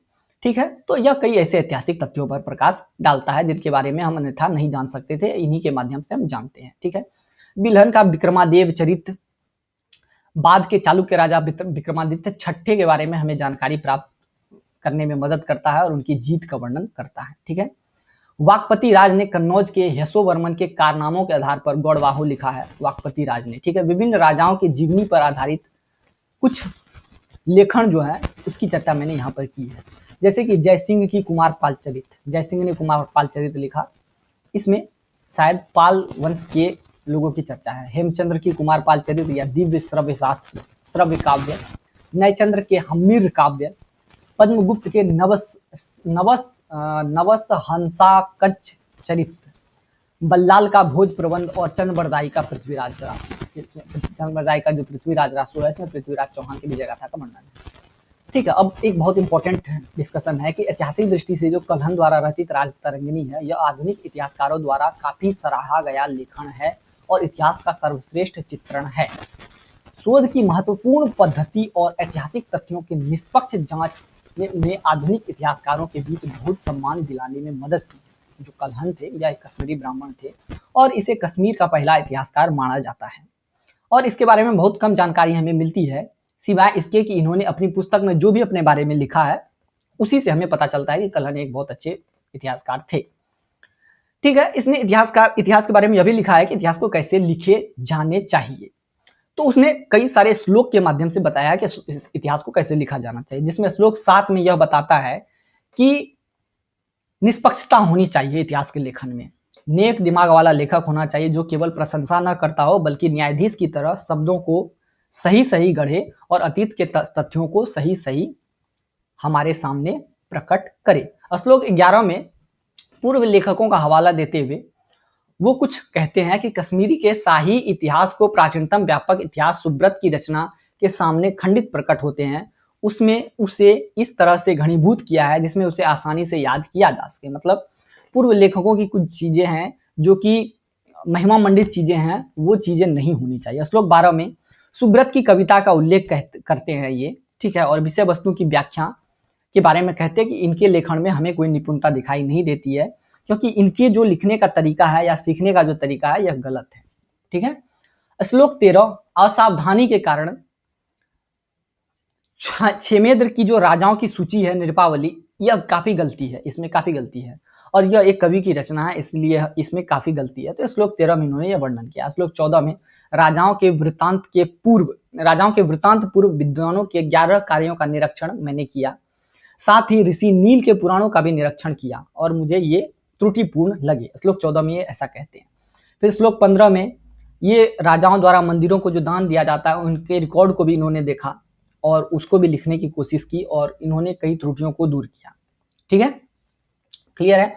प्राचीन किंवदंतियों, रीति रिवाजों और कश्मीर के इतिहास की जानकारी के लिए कल्हन का कार्य बहुत मूल्यवान है और कल्हन बहुत प्रचलित इतिहासकार के रूप में हमारे सामने आते हैं। सारांश भैया लास्ट है।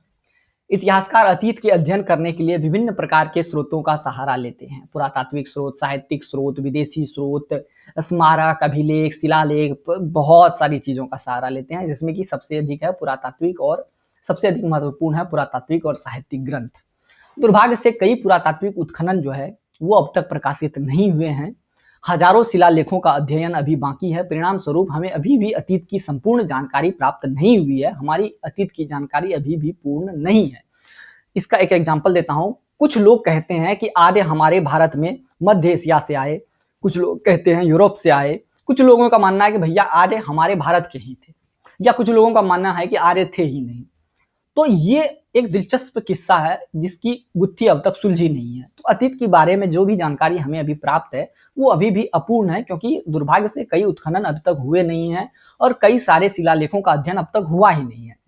पुरातात्विक उत्खनन और अन्वेषण से हमें पता चलता है कि मानव ने पाषाण काल में ही भारत के अधिकांश हिस्सों पर आधार कर लिया था। मतलब जब पत्थर का काल चल रहा था, जिसकी चर्चा हम आगे करेंगे, जब मनुष्य अपने आप को मतलब डेवलप कर रहे थे, स्टार्टिंग फेज में थे, जब वो पहाड़ों के किनारे गुफाओं वगैरह में रहते थे, उसी समय से उन्होंने भारत पर अधिकार कर लिया था, जिसकी पुरातनता 1.6 करोड़ वर्ष पूर्व आंकी जा सकती है।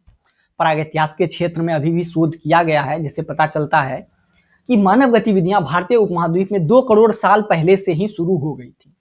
ठीक है, यहां तक कि थार रेगिस्तान में भी मानव गतिविधियों के अवशेष मिले हैं। लगभग 90,000 वर्ष पुरानी इन अवशेषों की चर्चा जो है वो हमें देखने को मिली है। ठीक है, आई होप इन सभी बातों को आप समझ गए होंगे। 1 सेकंड का समय दीजिए दोस्तों, बस 1 सेकंड रुक जाइए आप लोग।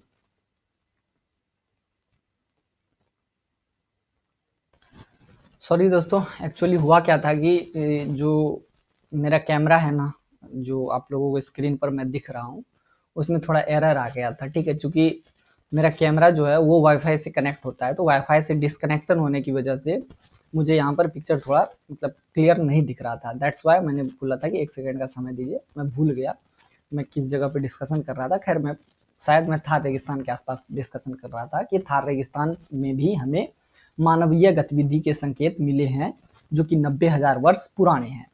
हड़प्पा सभ्यता के स्थलों तथा मोहनजोदड़ो और हड़प्पा नगरों की खोज ने भारतीय संस्कृति और सभ्यता की प्राचीनता को कई हजार साल पीछे धकेल दिया है। ठीक है, उसके बाद अगर हम बात करें तो इसी तरीके से भारत के विभिन्न हिस्सों में उत्खनन हुए हैं और उत्खनन और अन्वेषण में भारत में कृषि के इतिहास पर हमें बहुत महत्वपूर्ण जानकारी प्राप्त हुई है। अब हम जानते हैं कि भारत में कृषि की शुरुआत कब हुई थी, तो लगभग 8,000 वर्ष पूर्व हुई थी। इसके अलावा पुरातात्विक खोजों से पता चलता है कि भारत में पत्थरों पर चित्रकारी की परंपरा भी 12,000 वर्ष से अधिक पहले ही स्टार्ट हो गई थी। एक और महत्वपूर्ण मुद्दा यह है कि ऐतिहासिक ग्रंथों और साहित्यिक साक्ष्यों के दिनांकन को निश्चितता के साथ अब तक निर्धारित नहीं किया जा सका है। यह एक चिंता का विषय है। ठीक है, लेकिन फिर भी अभी हमारे शोध जारी हैं और हम बहुत जल्द ही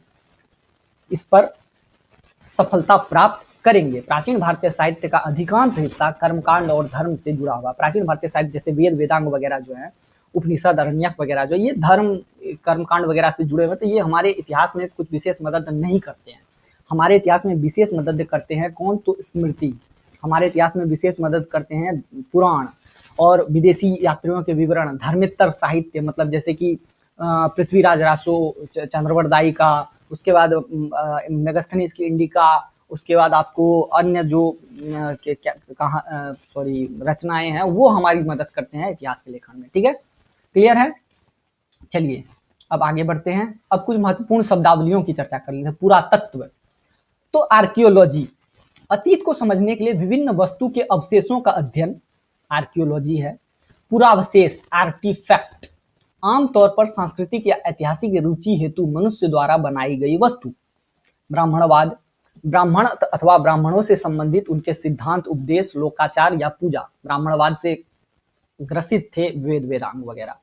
उसके बाद वैधानिक, कैनोनिकल, यह यदि किसी चीज को वैधानिक स्थिति प्राप्त है तो उसके सभी गुणों को स्वीकार किया जाता है। आदेशात्मक या प्रमाणिक, मतलब जो प्रमाणिक ग्रंथ है उसे हम वैधानिक कहते हैं। ताम्रपाषाणिक संस्कृति, चाल्कोलिथिक कल्चर, इसकी चर्चा हम आगे करेंगे। वह संस्कृति जिसमें पत्थर और तांबे के उपकरणों का उपयोग किया जाता है।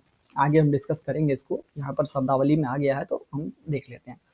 शास्त्रीय, क्लासिकल, प्रारंभिक और लंबे समय से स्थापत्य रूप या शैली भीतर एक अनुकरण मानक का प्रतिनिधित्व करना। प्राचीन ग्रीक या लैटिन साहित्य, कला अथवा संस्कृति से संबंधित। देखिए शास्त्रीय की बात करते हैं, जैसे गांधार शैली या मथुरा शैली में जो मूर्ति वगैरह होते थे, या मंदिर निर्माण की शैली, ये सब शास्त्रीय शैली, ये सब शैली हुई। दिगंबर, ये जैन धर्म का एक संप्रदाय है। जैन धर्म मूलतः दो संप्रदायों में विभक्त हो गया था मत विभेद के कारण, ठीक है। और इसकी चर्चा भी हम करेंगे कि भद्रबाहु और स्थूल भद्र वगैरह के बीच में डिस्कशन हुआ। भद्रबाहु और स्थूल भद्र, शायद हाँ यही था शायद। तो इसी सब वजहों से क्या हुआ कि जैन धर्म दो भागों में बढ़ गया, एक जो है दिगंबर, एक श्वेतांबर। और यह जो मतभेद है आज तक है, और मत विभेद के परिणाम स्वरूप दक्षिण भारत में अलग पंथ रहते हैं और उत्तर भारत में अलग पंथ रहते हैं, ठीक है। और जो दिगंबर होते हैं ये अधिकतर दक्षिण भारत में पाए जाते हैं, और इस संप्रदाय के तपस्वी पुरुष अथवा सदस्य संपत्ति स्वामित्व को अस्वीकार करते हैं, मतलब ये संपत्ति वगैरह का मोह माया नहीं रखते हैं और वस्त्र नहीं पहनते हैं, नंगे पुंगे घूमते हैं, ठीक है। स्तुति, यूलॉजी, भाषा या लेखन का एक अंश जो किसी व्यक्ति या वस्तु अथवा वस्तु की प्रशंसा करता है या भगवान की प्रशंसा करता है। वेदों में स्तुति की गई है, ठीक है, भगवान की स्तुति, ईश्वर की स्तुति, ठीक है। भ्रातृघातक, फ्रैक्ट्री क्या है भाई, फ्रैक्ट्रिसाइडल, हाँ फ्रैक्ट्रिसाइडल, एक परिवार या संगठन के भीतर संघर्ष से संबंधित बातें। हड़प्पा सभ्यता कांस्य युगीन एक सभ्यता थी, 3300 से 1300 बिफोर कॉमन एरा, सामान्य युग पूर्व की। परिपक्वता की अवधि 2600 से 1880, इसकी चर्चा करेंगे हम आगे, ठीक है। जो मुख्य रूप से भारतीय उपमहाद्वीप के उत्तर पश्चिमी क्षेत्रों में पनपी, इसमें आधुनिक भारत के गुजरात, हरियाणा, पंजाब, राजस्थान, उत्तर प्रदेश, जम्मू कश्मीर आदि राज्य और पाकिस्तान के सिंध, पंजाब, बलूचिस्तान के प्रांत है। उसमें जो हड़प्पा सभ्यता में मुख्य शहर है हड़प्पा, मोहनजोदड़ो, लोथल और कालीबंगन है। कली युग, कली का युग, विश्व में 4 युगों में से जो अंतिम युग है, जो संस्कृत के ग्रंथों में वर्णित है, उसे ही हम कलियुग कहते हैं। अन्य युग में पहला सतयुग है, दूसरा त्रेता युग है, तीसरा द्वापर युग है, ठीक है। कली युग का अर्थ है कली युग में जो कली का अर्थ है मतलब है संघर्ष, कलह या झगड़ा या विवाद। पौराणिक स्रोतों के अनुसार कृष्ण के प्रस्थान के अनुसार जब कृष्ण की मृत्यु हुई, जब द्वापर युग का अंत हुआ, तभी से कलियुग की शुरुआत हुई।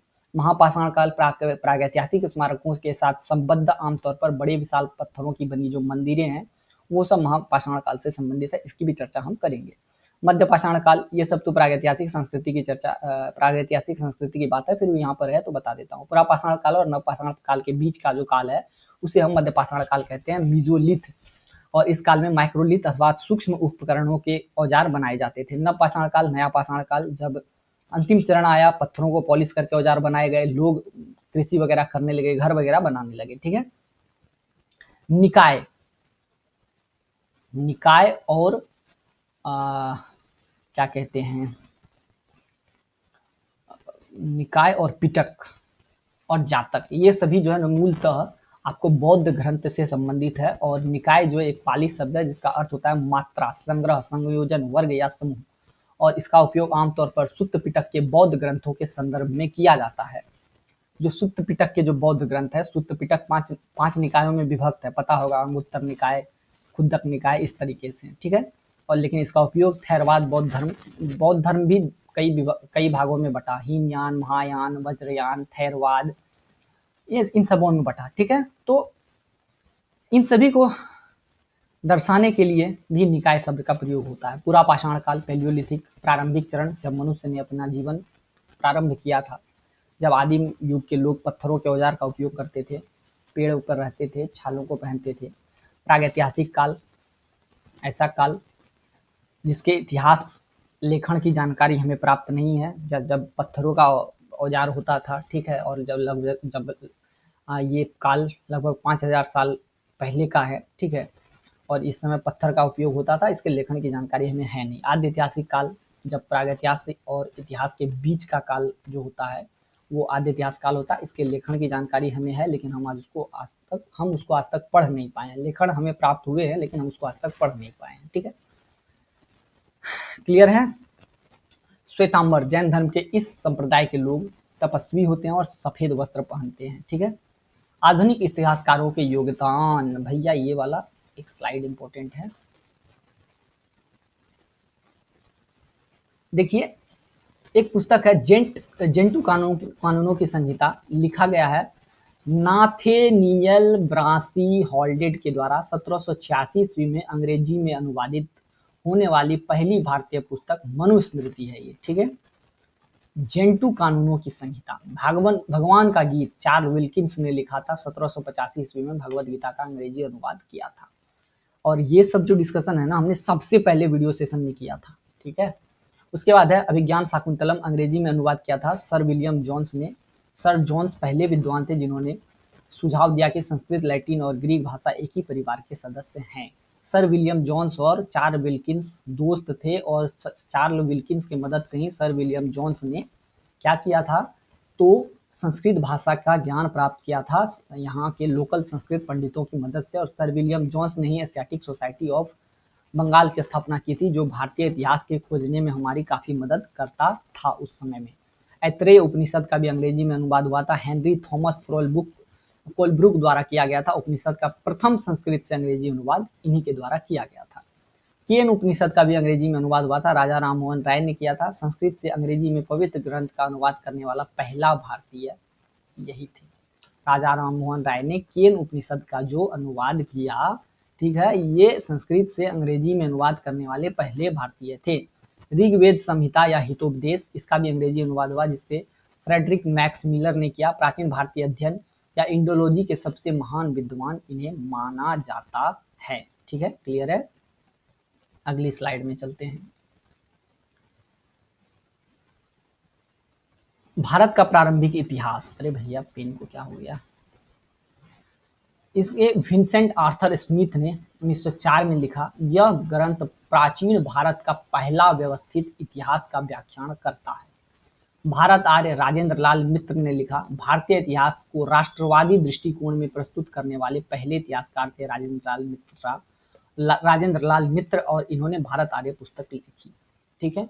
वैष्णववाद, शैववाद और लघु धार्मिक प्रणालियां, ये रामकृष्ण गोपाल भंडारकर, इन्होंने सातवाहनों के राजनीतिक इतिहास का पुनर्निर्माण करने वाले पहले भारतीय के रूप में अपना दर्जा प्राप्त किया। धर्मशास्त्र का इतिहास, पांडुरंग वामन का ने 5 खंडों वाली इस पुस्तक को प्राचीन सामाजिक कानूनों और रीति रिवाजों का विश्वकोश माना जाता है। ठीक है। भारतीय लोगों के इतिहास और संस्कृति को आरसी मजूमदार ने लिखा, ये बहुत प्रचलित लेखक है इतिहास के। आरसी मजूमदार की इतिहास की पुस्तक बहुत प्रचलित है, अभी भी बहुत ज्यादा चलती है। उनके लेखन में हिंदू पुनरुत्थानवाद का प्रबल तत्व दिखाई देता है। ठीक है, हिंदू पुनरुत्थान की चर्चा। दक्षिण भारत का इतिहास, के नीलकंठ शास्त्री, प्रारंभिक भारतीय समाज में व्याप्त सद्भाव पर प्रकाश डाला है। हिंदू राजनीति 1918 और भारत का इतिहास 150 से 350 ईस्वी तक, काशी प्रसाद जायसवाल ने लिखा। इसकी कोई विस्तारपूर्वक चर्चा हम नहीं कर सकते हैं क्योंकि मुझे इस पर कोई विशेष डिस्कशन मिला नहीं, इसलिए मैंने इसको ब्लैंक रखा। प्राचीन भारत में शिक्षा, एएस अल्तेकर ने लिखा, यह दिखाने का श्रेय जाता है कि भारतीय गणराज्य प्राचीन विश्व के सबसे पुराने और शक्तिशाली गणराज्यों में से थे। प्राचीन भारत में शिक्षा, एएस अल्तेकर ने ये बताया। ठीक है, क्लियर है।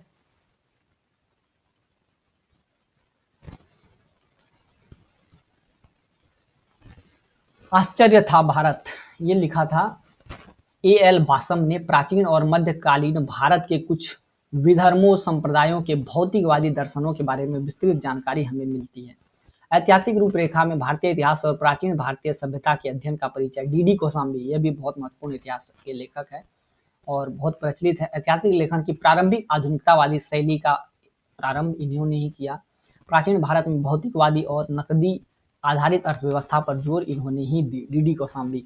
ठीक है, इनकी भी इतिहास की पुस्तक काफी प्रचलित है। अमेजन से आप लोग आरसी मजूमदार की पुस्तक खरीद के पढ़ सकते हैं, डीडी कौशाम्बी की पुस्तक खरीद के पढ़ सकते हैं, उपिंदर सिंह के इतिहास पढ़ सकते हैं। हालांकि उपिंदर सिंह का ये सब जो इतिहास की पुस्तकें हैं ना, ये बहुत डीपली एनालिसिस की पुस्तकें हैं, बिकॉज इसको यूपीएससी पॉइंट ऑफ व्यू से पढ़ा जाता है। ठीक है, और बाकी एसएससी वगैरह के लिए इतना डीप जाने की आवश्यकता है नहीं। ठीक है, मैंने भी काफ़ी डीप पढ़ाया है और आई होप कि इससे लगभग चीज़ें कवर हो जाएंगी। हम कुछ क्वेश्चंस हैं, उस क्वेश्चंस को हम लोग लगा लेते हैं, उसके बाद हम लोग वीडियो डिस्कशन को एंड करेंगे।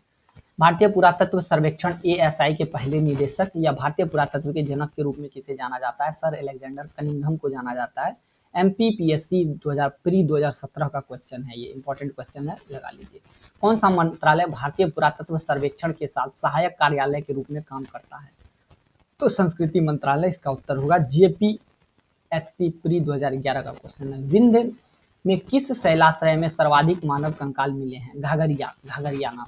ठीक है, एक ही कब्र में 3 मानव कंकाल किस स्थान पर पाए गए हैं? दमदमा जगह से। ठीक है, हालांकि ये सब इसका क्वेश्चन नहीं था, मैंने फिर भी इसको ऐड कर दिया है।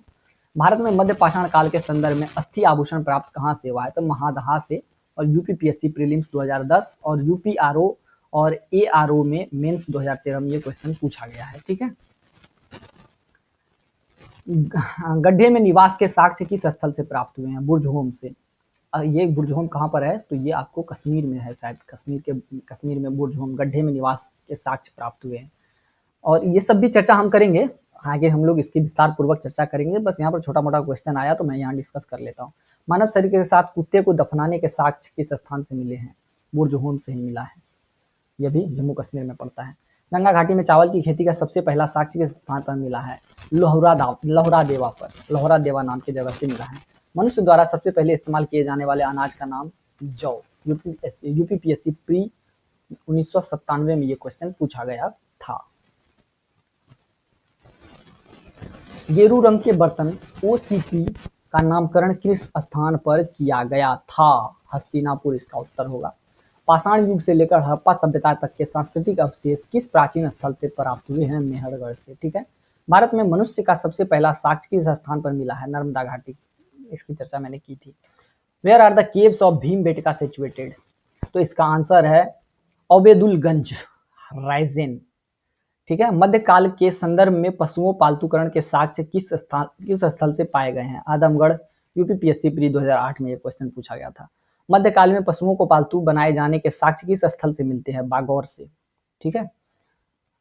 उसके बाद ताम्रपाषाण समुदाय की कौन सी दफन प्रथा की विशेषता शव के पैर काटने के बाद उसे घर के परिसर में दफनाना था? तो जोरवे कल्चर। इसकी भी चर्चा हम लोग करेंगे जब सिंधु घाटी सभ्यता की चर्चा करेंगे। जोरवे कल्चर, आहार कल्चर, बनास कल्चर, इन सभी की चर्चा हम लोग करेंगे। ठीक है। चलिए आगे देखते हैं। प्राचीन भारत की कौन सी लिपि दाएं से बाएं लिखी जाती थी? तो खरोष्ठी लिपि। ठीक है। खरोष्ठी लिपि इसका उत्तर होगा। ये भाई कभी पतला चलता है, कभी मोटा चलता है, ये क्या मैटर है, इसको समझना पड़ेगा मेरे को। ब्राह्मणी लिपि को सबसे पहले किस स्तंभ पर अंकित अक्षरों में समझा गया था? तो ये अशोक के स्तंभ जो थे उन पर लिखित स्तंभों पर ब्राह्मणी लिपि को पढ़ा गया था। और अशोक के शिलालेखों को पढ़ने वाले महान विद्वान थे जेम्स प्रिंसेप। यूपीपीएससी, हाँ यूपीपीएससी है ना, प्री 2010। प्री अशोकन ब्राह्मण स्क्रिप्ट जो है वो कहाँ मिले हैं? अशोक के स्क्रिप्ट से भी पहले ब्राह्मणी जो लिपि है उसके अवशेष हमें कहाँ से मिले हैं? तो अनुराधापुरा श्रीलंका से मिले हैं। सबसे पुराना वेद कौन सा है? ऋग्वेद है। तो ठीक है भैया, इतनी सारी बातें क्लियर हुई। मैं आशा करता हूँ कि ये वीडियो सेशन आप लोगों को अच्छा लगा होगा। इसी के साथ आज का ये वीडियो सेशन समाप्त होता है और इसी के साथ ये वाला टॉपिक भी समाप्त होता है। मैं आशा करता हूँ कि इस वीडियो सेशन के माध्यम से आप लोग बहुत अच्छी जानकारी प्राप्त किए होंगे और आप लोगों के एग्ज़ाम में इनसे कई सारे प्रश्न बनेंगे, मेरी यही आशा है।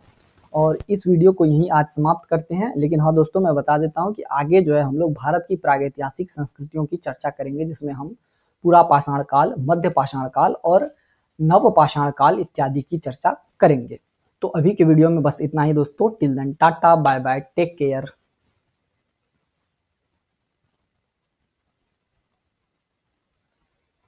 इसको क्या हो गया भाई?